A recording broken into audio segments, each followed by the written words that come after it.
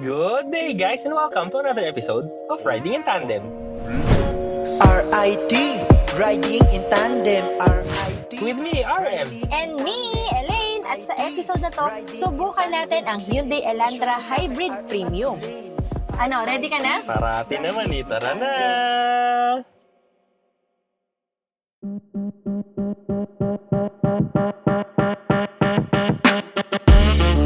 Ang makina nito ay 1.6-liter HEV gasoline engine. May maximum power ito na 141 PS at 5,700 RPM.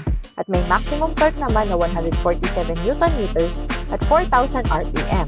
Ang transmission nito ay 6-speed DCT.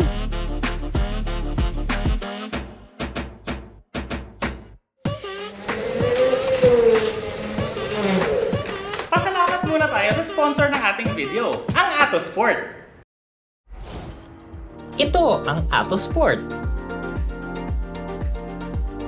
the world's most innovative mobility scooter. Pwedeng itupi, pwedeng hilahin, pwedeng paghiwalayin. May leather seats at grips. Illuminated ang LCD dashboard. May mga ilaw for visibility. At pwedeng lagyan ng armrest. Mabilis din itong i-assemble.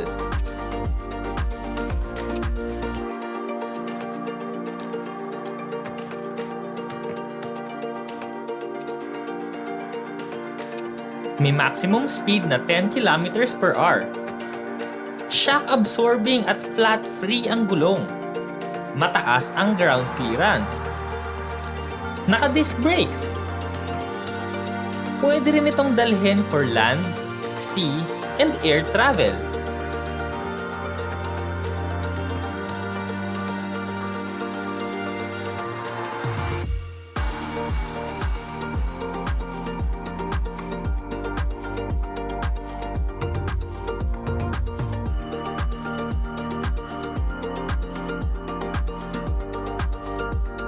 More than 20 kilometers na tuloy-tuloy ang kayang puntahan. Engineered with flair, designed with passion for performance. Be active, be free, be yourself. Atosport, moving life.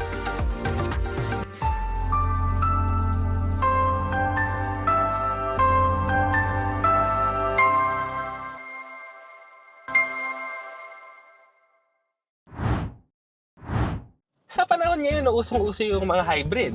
Usong-uso rin yung mga crossover. Pero hindi naman kasi lahat ng tao gusto yung crossover. Meron din talagang mga gusto nila, mga sedan na mas mababang tignan, nakagaya nito at pwede mo ring papormahan. Subukan na natin. Napaka-porma talaga nitong Elantra Hybrid. Pero ikaw, ano masasabi mo ba sa kanya? Ito na siguro yung pinaka-aggressive looking sedan sa tingin ko kasi pag tinignan mo yung sasakyan, pagka sa harap mo kasi siya tinignan, parang puro straight lines lang siya. Pero pagdating dun sa gilid, ay grabe, nandun lahat ng cuts ng sasakyan, puro mga sharp edges, sharp lines, andyan lahat. Kaya parang sa akin, ang forma ng sasakyan na to, lalo na yung mga enthusiast talaga ng sedan, may in love kayo dito. Ang masasabi ko lang, hindi ito isa sa mga pinaka-aggressive. Sa ngayon, para sa akin, ito yung pinaka-aggressive looking sedan sa Philippine market ngayon. Dahil nga dun sa sinabi ni Elaine, yung mga sharp lines, aggressive na ilaw. Tapos kung mapapansin nyo, yung unahan nito, mababa siya talaga no? Yung mukha niya kasi hindi kagaya ng mga sedan na luma na, alam mo yun, yung hood, pantay lang sa salamin Ito kasi, mapapansin mo talaga, yung hood niya, pababa, pasubsob yung hood niya. Kaya sobrang aggressive ang baba niyang tignan. Plus, meron din tong chin doon sa bandang ilalim. So, alam mo yun, ito yung mga pinapangarap ng mga lumang sasakyan dati na kailangan i-set up natin. Dapat medyo mababa, dapat maganda. Ito yung stock na, pero ginawa na nila ng tama. LED lahat ng mga ilaw nito. Meron din tong kasamang fog lights. At isa doon sa maganda kasi pagka tinignan mo siya sa harapan, yung DRLs niya pinag-isa lang. So isang linya lang siya na nandun sa pinakadulo ng hood. Sa tech, syempre, meron din tong sensors dun sa ibabaw para sa advanced driver aid system. Meron din tong camera dun sa unahan para makita mo yung ilalim ng unahan. Kasi importante yan, lalo na sa mga sedan eh. Kasi nagiging problema ko yan dati, kasi di ba, sedan din naman ako dati. Pag hindi mo kita yung unahan ng sedan at mataas pala yung stop dun sa mga mall, yung sa parking stop, sumasayad yung unahan minsan eh. Pero ito, hindi ko pa naman na-try kung sasayad yung unahan, pero at least may camera. So tingnan mo na lang kung tatama ka na dun sa unahan. So very good yan. Sa sides naman, no, dito nyo nga makikita yung mga sharp lines, sharp cuts, sharp edges ng sasakyan na to. Pero kumbaga yung pinaka shape niya, overall shape, sobrang sleek sa tingin ko Tapos dito kasi doon sa mga gilid sa pinto, hindi lang kasi 'di ba yung iba ang ginagawa nila smooth lang yung mga door panels, ganyan. Ito talaga nilagyan nila ng pak, ganon. Oo. Parang meron siyang yung Chiseled. Oo. Parang meron siya nung cross ni Samurai X dito. Wow, grabe na mama. Hindi, angas kasi. cross. Parang may ganun, may hiwa-hiwa, pero ang ganda-ganda. Kasi nasabi, ang gusto ko na sabihin yung parang meron siyang jawline, mga ganon. May hiwa siya pa. Yung hood kasi nito, pag tinignan mo sa side, napakahaba niya. Tapos yung shape nung likod kasi niya, para siyang fastback, pero hindi talaga siya fastback. Wala kasi silang nilagay na yung iba kasi diba may mga spoiler pa, ganyan. Basta yung bubong, diretso na dun sa salamin sa likod, diretso na rin dun sa pinto ng trunk. Kaya isang ganun lang siya, isang curve na ganun lang. Pero yung salamin, pag inangat mo, hindi siya kasama. Yung trunk lang talaga yung aangat. Sinamahan pa nila to ng 205/55 R16 na wheels. Tapos yung itsura ng mags neto, isang kulay lang siya, pero marami siyang mga tusok-tusok, alam mo yun? So parang sa akin, bagay to do sa sasakyan. Sa likod naman, kung sobrang aggressive ng unahan, doblehin nyo yung likod. Mga triple nga Oo. Kasi yung ilaw niya, yung may parang, ano ba to? Parang pangil yung gilid. Oo, may naka-ganon. Oo. Tapos hindi siya straight lang parang patalim din. Tapos tuloy-tuloy pa yung taillights niya hanggang dun sa kabila. Tsaka yung sinasabi namin kanina, yung trunk niya, tuloy-tuloy kasi siya, kaya parang spoiler siya na patalikod. Kasi nung unang panahon, uso yung mga alalagay ka ng ducktail. Pero ngayon kasi, yun nga, yung nasa likod nito, parang na siya, hindi nga lang ducktail, kasi yung ducktail nakatayo, siya naman palikod. Ano ba yun? Anong tail ba yung palikod? Basta ganun, pababa siya. Basta yun, pababa. At saka kasi chunky yung shape niya na palabas palikod. Kaya sobrang sporty. Pati yung ilalim niya, yung bumper, sobrang aggressive ng design. Parang siya yung alam mo yung pangpormahan talaga tong kotse na to. Gusto mo ng yung kotse na pag nakita, wow, ang ganda ng kotse mo, yun. Oo, maganda talaga. Ito yung kotse na maganda sa binata. Gusto mo magpa-impress yan. Susunduin niyo nililigawan, tapos ganito yung kotse, wow! Sporty. Kasi syempre, yung crossover, syempre, medyo utilitarian yan Pero pagka kasi nakasedan ka, sporty na ganito, di ba? Parang, sports car. Tsaka syempre, meron din tong shark fin antenna, defogger, rear view camera, tsaka parking sensors. Pagpasok niya naman sa loob, kung anong ikin-aggressive dun sa labas, medyo nag-tone down dito kasi dito parang lang tayo, slick lang yung datingan, clean look lang tayo, clean vibes, medyo pa-relax na rin tayo dito sa loob. Dito sa baba, all black to, pero yung ibabaw niya, medyo light gray yung ginawa nila sa taas. Pero ito, magandang tignan itong buong dashboard hanggang dito sa center console, pati mga pinto, kasi itim talaga lahat, tsaka konting mga silver, yun lang. Mas malinis kasing tignan sa passenger side. Pero sa driver side naman, parang driver-centric kasi yung mga screen, yung controls. Actually, nakapaling. Oo, nakapaling sa akin. Tsaka parang nakakapit ka dito sa side ng driver. Kasi parang, kung makikita mo parang kang naka-jet plane kasi meron ka pang hood yung instrument cluster mo, tas digital lahat yung instrument cluster. Yung infotainment screen, parang meron siyang wing na paganyan papunta dito sa kabila. Tapos meron pang parang wing dito sa kabila, sa kaliwa. Tapos ito pa, driver-centric pa rin kasi meron siyang hati dito sa passenger side, Kumbaga parang Hoy, ikaw, passenger Hanggang ka lang, diyan ka lang ha. Huwag ka pupunta dito, ako dito. Huwag kang mangingialam dyan sa side ko. Oo, kasi driver's car to, pang driver tayo. Diyan ka lang sa tabi, passenger ka. Literal, oh, may parang ano dito, tapos may hawakan ka pang ganyan. 8 inches yung infotainment system equipped with Apple CarPlay and Android Auto. And then 10.25 inches naman yung instrument cluster. Kasi mas marami nakalagay, may dalawang gauge pang digital.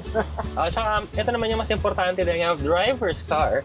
Mas kitang-kita mo yung speedometer mo, yung tachometer mo, tapos meron pang mga palit-palit na information dito sa gitna. Ang importante naman kasi, pagka nagda-drive ka, di ba, yan ang mas una mong kita. Tapos yung infotainment system kasi nga, may Android Auto, Apple CarPlay naman. So, kitang-kita mo naman pagka inon mo yung Android Auto mo kasi maliwanag naman yung screen. Tsaka yung laki, tama lang. Kahit na touchscreen kasi yung infotainment screen, may mga buttons pa rin kasi magkabilang gilid. So may mga knobs, nandito rin yung on and off ng radyo, controls ng radio, media, pang lipat-lipat ng istasyon, at saka pang lipat ng kanta. So yan, nandyan lahat yan. Pero kumbaga, touchscreen pa rin siya, pwede nyo pa rin kalikot-kalikutin na ganyan. Sa ilalim nun, may aircon vents, tapos nasa gitna nandun yung hazard button. Kitang-kita, triangle na pula. Gusto ko yung mga ganyang hazard button kasi mas madaling makita. Siyempre, minsan, kailangan mo na bigla kang paparada or kailangan mo tumigil sa gilid, diba? Di mo pa makita yung hazard button. Oo. Gusto ko yung kitang-kita na agad. Mas gusto ko talaga, tsaka yung pwesto, isang ganyan mo. Oo, Ayoko nandun kasi lang. nandito eh. Yan mga dito, ayoko nandito. May merong nandito sa may baba pa. Oo. May gano'n. Minsan, nasa tabi pa ng shifter, kaya hanapin mo pa kung nasan. Oo. Tapos sa baba pa no, nandun yung controls ng aircon, naka-dual climate control tayo. And then sa ilalim pa nun, meron tayong Type-C, Type-A USB port, 12-volt socket, at meron tayong wireless charging pad. Tapos sa baba pa nun, nandun naman yung shifter. Sa left side ng shifter, nandun yung drive modes, control ng camera ng sasakyan, control ng parking sensors, electronic parking brake, and auto hold function. Merong dalawang cup holders, and meron tayong compartment dito sa gitna.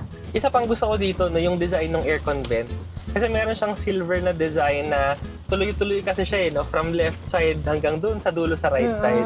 Basta, gandang tignan. Ang manibela nito, leather wrap. Sa left side, meron siyang mga controls para sa infotainment system. Tapos sa right side naman, may control siya para sa adaptive cruise control. So, adaptive cruise control siya. Maraming mga dito, yung mga hard plastics. Pero, yung touch points mo, yung mga importanteng tinatamaan ng siko mo, ng kamay mo, yan mga leather. So, kung magdadrive ka lang naman at yan, lahat ng tatamaan mo, okay naman siya. Leather, malambot naman. At yung upuan nito, leather din. Sa likod, ganun din. Tsaka ang pinaka-importante dito, kasi syempre sedan, isipin mo baka hindi ka kakasya kung matangkad ka. So, 5'8" ako. Ang space ko dito, lampas 5 daliri, normal driving position ako. Sa likod, umupo ako. So, 2 fist yung space ko sa knee room. Tapos yung headroom ko naman, 3 daliri siya. Siguro, 5'8", 5'9", 5'10". Pag 5'11 ka, upuan mo muna para sure. Pero kung kunwari kaya 5'8", 5'9", 5'10", kayang-kaya. Yung average size, gano'n, pwede. Actually, yung 5'10", hindi na average size Filipino, matangkad na Pilipino na yun eh. Pero kung baga kahit ganun ka, pwede. Pero kung kunwari, basketball player ka, mga 6'3", teka, testingin mo muna. Pero 5'8" pa baka, no problem, napakaluwag nito. Sa likod naman, meron tayo dyang ISOFIX tethers, 3-point seat belt. Yung seat back pocket dito lang sa likod ko, sa passenger side lang meron. Merong hawakan magkabilaan, may aircon vents, at saka merong 2 Type-C ports. Kaya pwedeng 2 sabay mag-charge. Kasi ngayon, nagda-drive tayo na umuulan, no? So, remind ko lang yung mga drivers, no, na kahit umaga, pagka kunwari ganito na medyo makulimlim na, nagda-drive kayo, mas maganda i-on nyo na yung headlights para sa visibility. So, yung mga ibang sasakyan kasi, yung mga ibang hindi nagpapalit ng wiper, hindi nililinisan yung sasakyan. So, lumalabo na kasi yung windshield nila. So, hindi visible masyado yung sasakyan pag ganito yung weather. Kaya pag in-on mo, yung ilaw mo sa unahan, at least naka-on na yung taillights mo, mas makikita ka.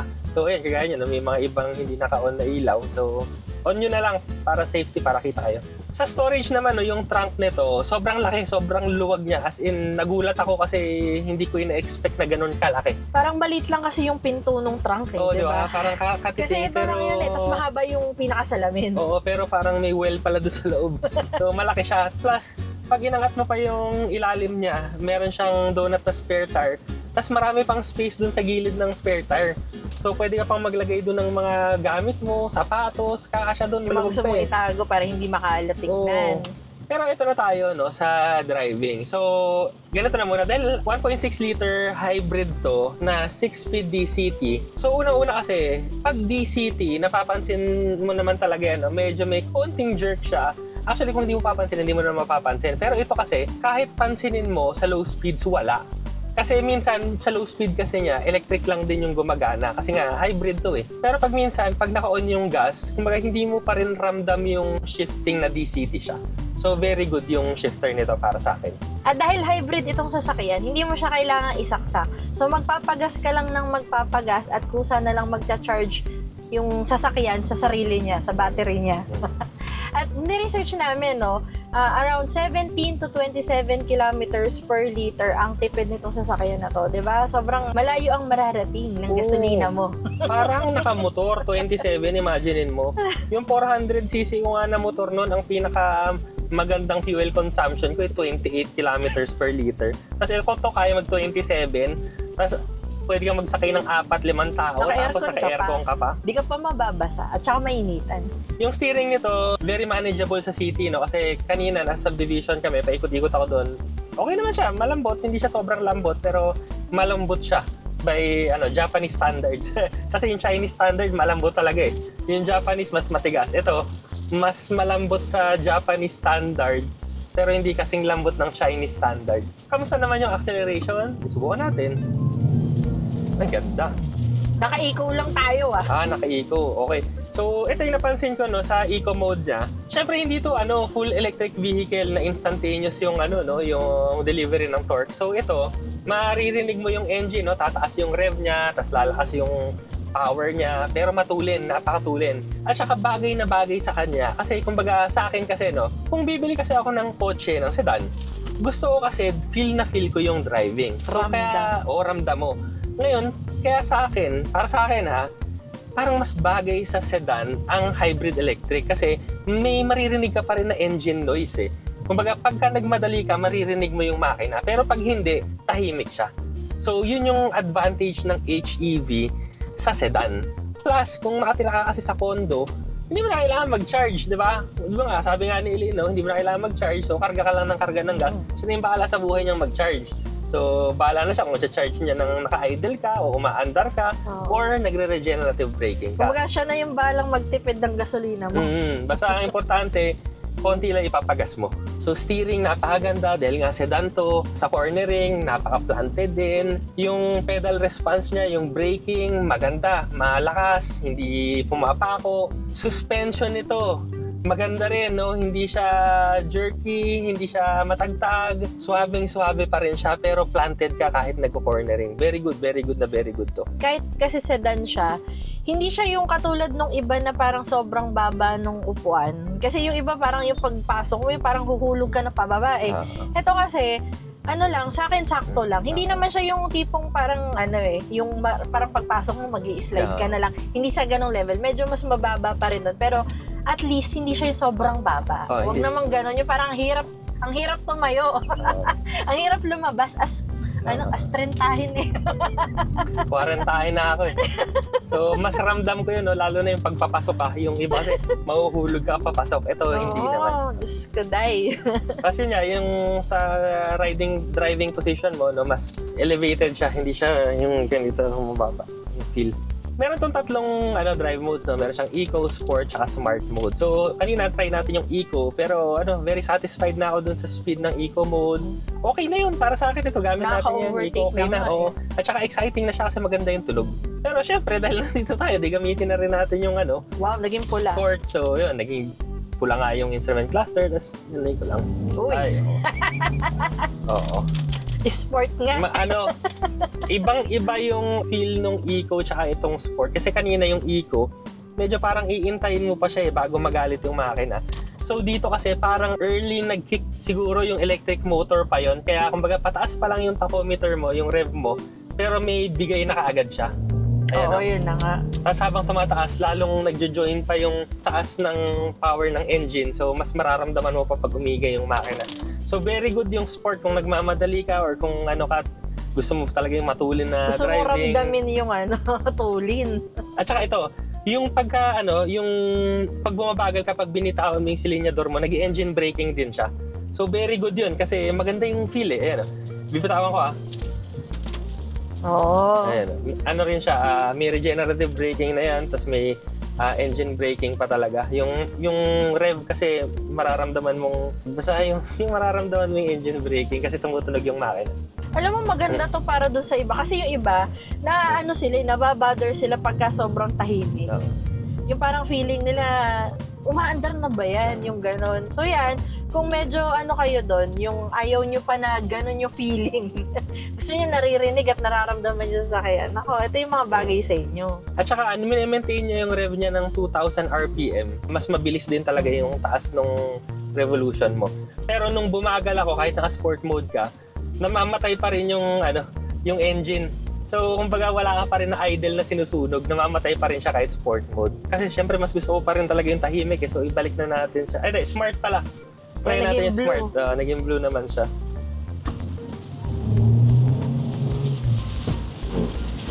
So, ang nangyari dito sa smart mode, yung acceleration niya nung sport mode, ganon. Pero once na binitawan mo, hindi na niya hino-hold yung rev mo ng mataas. Nawawala na kaagad siya, tapos parang regenerative braking na yung pababa mo. Hindi kagaya nung kanina kasi sports, diba?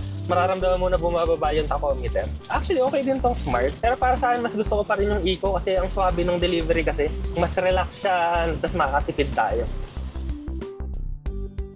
Ang Hyundai Elantra 1.6 HEV Premium 6 DCT ay nagkakahalaga ng 1,680,000 pesos. Ito naman ang safety and security features. Maraming salamat po sa Hyundai Motor Philippines sa pagpapahiram nila sa amin ng sasakyan. Dito na tayo sa segment na The Good. And the bad! Ang bad dito, dahil nga kasi sedan to, so automatic talaga medyo mas mababa yung ground clearance nito compared mo syempre sa mga crossover. Yung ibang tao kasi gusto nila crossover. Pero so far naman kasi, sa lahat ng dinaanan namin, wala kaming sinasayaran. Ang next naman, kasi nga hybrid, no? So, kung gusto mo kasing mag-electric vehicle mode na, pang city driving mo, EV mode ka para mas matipid, so wala siya nun. Pero in fairness naman, napakatipid pa rin kasi imagine mo, 17 to 27 kilometers per liter nga daw. So, napakatipid pa rin kahit walang electric mode. Siguro ang isa pang naisip ko, pagka yung mas matangkad ka, itry nyo rin muna na upuan yung sasakyan kung aabot kayo or sasayad yung ulo nyo. Kasi syempre yung style kasi nito, pagka yung mga height namin, kasya kami dito. Pero siguro kung pagka mga basketball player na yung tangkad mo, isubukan mo muna. Isa pang napansin ko dito, yung mga interior nito, marami siya talagang mga hard plastic. Pero yun nga, yung mga touch points mo naman, leather naman siya, tsaka malambot. So, hindi mo naman rin masyadong mararamdaman yung mga hard plastic. Good sa akin, syempre number one dyan, yung looks. Ay grabe talaga, pag ito yung kotse mo, ang gwapo mo talaga kahit hindi ka gwapo. Para sa akin naman, gustong-gusto ko yung hybrid system para sa ganitong sasakyan kasi yung power nandun, pero yung feeling mo ng driving nandun pa rin kasi naririnig mo yung makina. So, bagay na bagay yung HEV sa sedan para sa akin. Isa pang good sa akin, lahat ng kailangan mo, meron tong sasakyan na to. Lahat ng mga basic needs mo, like Apple CarPlay, Android Auto. Tapos, na-appreciate ko na yung infotainment screen niya at saka yung instrument cluster, hindi siya mahirap kalikutin. Nakahiwalay pa yung aircon. At saka in fairness, napakadaling kumonekta dito sa Android Auto. Saka may wireless charger pa. Yung iba sa akin kasi hindi ko maintindihan pa dyan ang hirap kumonekta. Pero ito parang one click, okay na siya. At ito yung pinaka nagulat kami na good sa amin, yung trunk space. Kasi nga pagka tinignan mo sa labas, maliit lang yung bukasan ng trunk. Pero pag binuksan mo pala, marami palang malalagay. Malaki pala. Kung naghahanap kayo ng driver's car, yung talagang mapormang sasakyan na talagang i-elevate yung look mo, ramdam na ramdam nyo pa yung driving best of both worlds, subukan nyo na tong Hyundai Elantra Hybrid Premium. Oo. Kasi diba dati, kung gusto mo ng driver's car, mag-European ka eh. Pero ngayon, hindi. I-test drive mo to, makikita mo ang ganda nito yung maneho. At hindi lang basta-bastang magandang imaneho, matipid pa. So, dahil nga hybrid siya. Ayun, so ako sa inyo, test drive nyo na lang din to sa pinakamalapit na Hyundai sa inyo. Kami siguro magkakape na muna kami ngayon kasi grabe yung ulan ngayon. Sige, maraming salamat sa panonood. Sana nag-enjoy po kayo at may natutunan kayo sa video namin. O, next video na! RIT, riding in tandem. RIT, riding in tandem. RIT, riding in tandem. Siksik na impormasyon mula kay RM at Elaine.